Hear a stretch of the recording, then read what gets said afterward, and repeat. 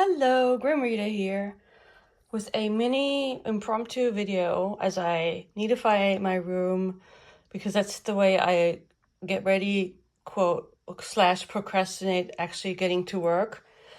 So this is my mini collection right here of books written by my relatives that I've just discovered fairly recently through doing ancestry stuff. As some of you know, it's a kind of a hobby. I have thousands of people in my tree.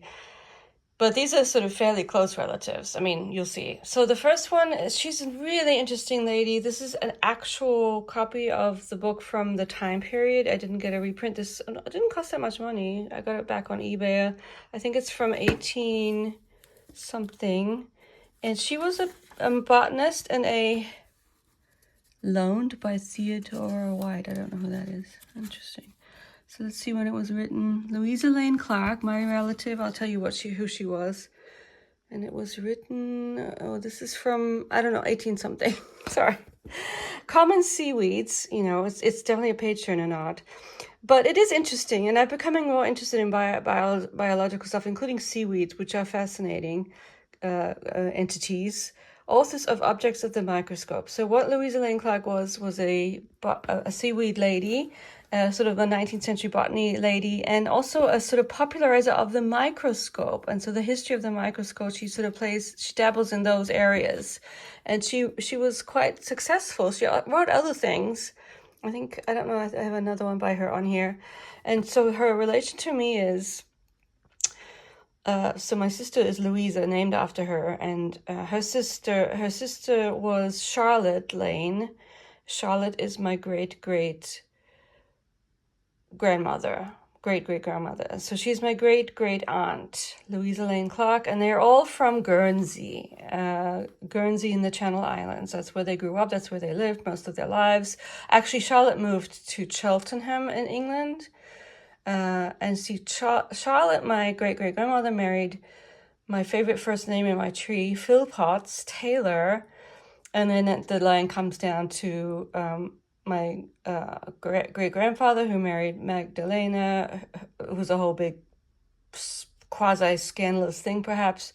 And then they were the great-grandparents of my mother's mother. The parents of my mother's mother, my grandmother.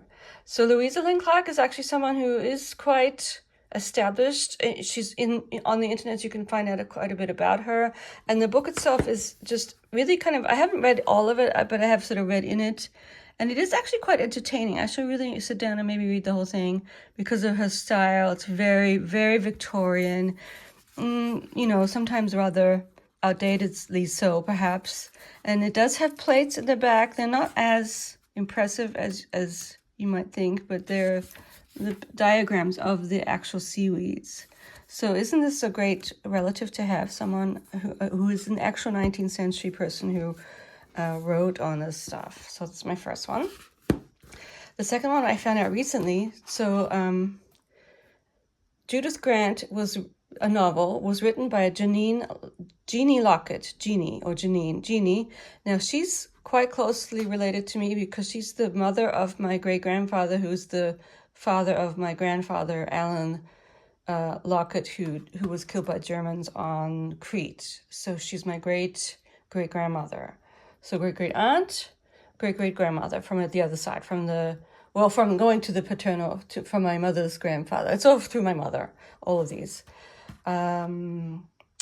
She wrote this. I didn't know about this at all. And what's interesting about this book, which I really do want to read even more than the seaweed book, because it's an actual novel.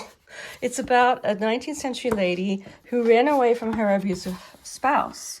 And this is exactly what happened to poor Jeannie.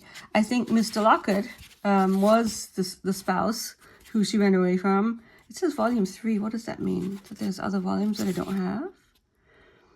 In 3 volumes, and this is volume 3. Oh, I'll have to get the other volumes. 1892. Sorry, I'm not even showing you. Oh yeah, no, it starts in 21. Oh gosh, I'll have to, good thing I'm doing this video, I'll have to sort of scrounge around to get the other volumes. So this is volume 21. It was only natural that a touch of constraint should be observable in the manner of at least 3 of the party that met in the sitting room of Pfeiffer's Bad Hotel Murgtal, so somewhere in Europe, I guess. Oh, well, that's a little disappointing, but it's also exciting that I have more to track down. This is the third volume of her novel, and it's just a reprint. It's not a nice actual copy, which would be fantastic to find.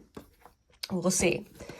Moving on to my great-grandfather, Frederick Edward Manning, a sort of important figure in New Zealand history because he's a white Maori and Pākehā, an early Irish settler in New Zealand who took, he married a Maori lady, Morengaraya, I think her name was.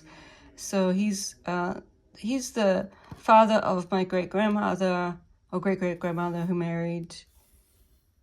Wait, how does it go? She married Taylor. So the nephew of Louisa Lane Clark was married to... The niece of Louisa Lane Clark was married to this guy. I think that's right. Sorry. No. Yeah, no, the nephew was Taylor, and he married this person's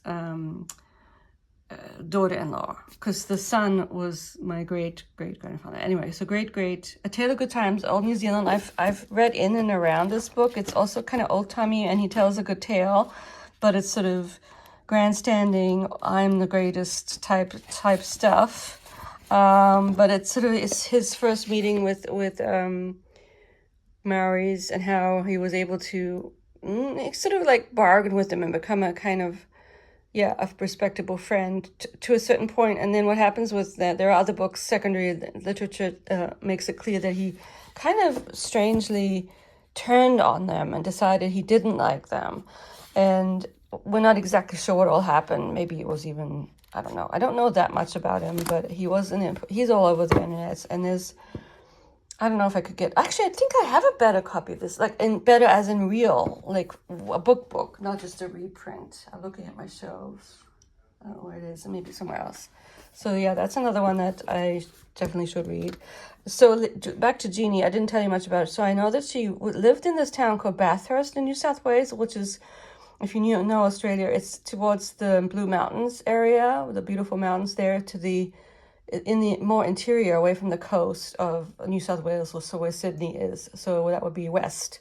So western New South Wales, that's where she was, which is sort of quite rural, I mean, now it's probably a little bit less so, but it's definitely not Sydney. It's quite far away from Sydney. We didn't go there very often. We went there once to visit a poet friend of my mother's. So this is the other book by Louisa Lane Clark that I have, which is just a reprint, unfortunately. But see, it's interesting because what she's done here, it's called The Country Parson's Wife, being intended as a continuation and companion for Herbert's Country Parson. George Herbert actually wrote Country Parson, I think, in the much earlier. Herbert's Country Parson was written, I think it was written in the 1700s, maybe 18th. And she decided, I'm going to go in and be the wife of the country parson. So this is very much in the vein of this. The parson's wife is a dignity, a deaconess in the church, in privilege, a fellow helper with the workmen in the Lord's, very religious, by preferment, the chosen companion of the man for whom God saw that it was good to not be alone, etc., etc. So she's really kind of in conversation with this earlier work. It is very sort of... This is how she should be. It's very kind of indicative of gender thoughts of this time. The parson's wife also visits the school to remind the children of the morrow and see that they remember their Sunday lessons, so all that kind of stuff. So this might be a bit too much, but I just think it is interesting that this is another...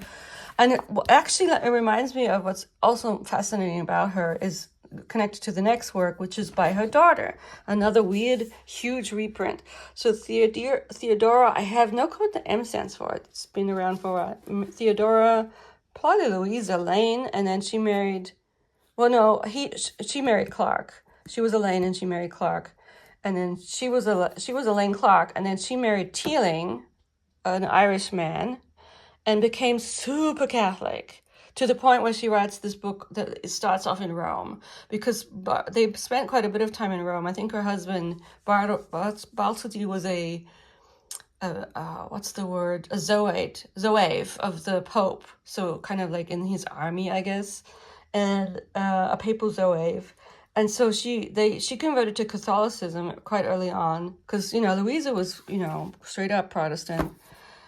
And what she did is, Clark died. Clark actually was a parson, I think. He was a man of the church. That's probably why she's like the parson's wife. But she converted to Catholicism later on because of Theodora saying, you know, you kind of gotta come over to the true church. So I think that's kind of interesting that she was, and so Theodora shows up on the internet as part of the sort of the Catholic intellectual world of writing book reviews and stuff like that. She wrote a couple of novels. This is a strange novel, and of course it's not sort of great literature, but it's not terrible.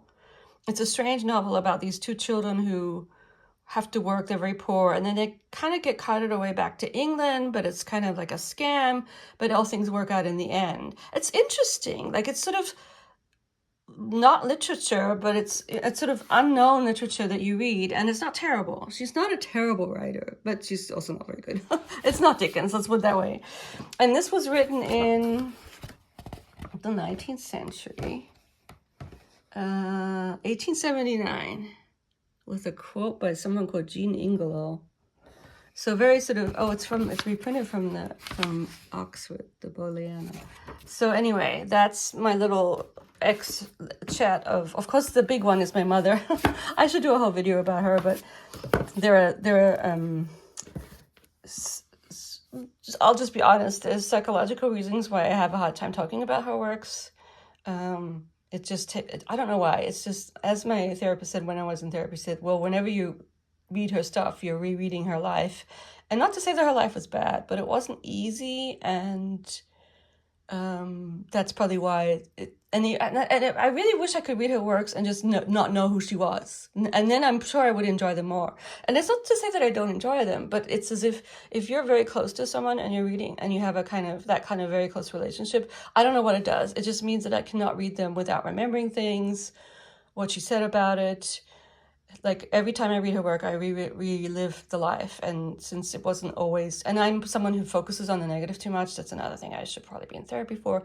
But it's not that bad. I don't want to make it sound worse than it is, but it's probably why I under talk about her on the channel and everything. But, you know, people know that her name is Cherry Wilder and she wrote really good sort of genre fiction. She really made a conscious decision to switch to genre, and she was just she really wanted to connect to her writers more, her readers, and the fandom stuff for her was good. Fandom back in the day in the 70s and 80s, very different from now. Very different. Very much more, I mean, and not all the stuff that was going on was good. That's all I'll say about that. Yeah. So yeah, I'm gonna stop right here. I hope this was kind of interesting. This is to make up for the fact that I didn't do a chatty we catch up this week, and you'll get another one towards the end of the week. That's all for now. Bye.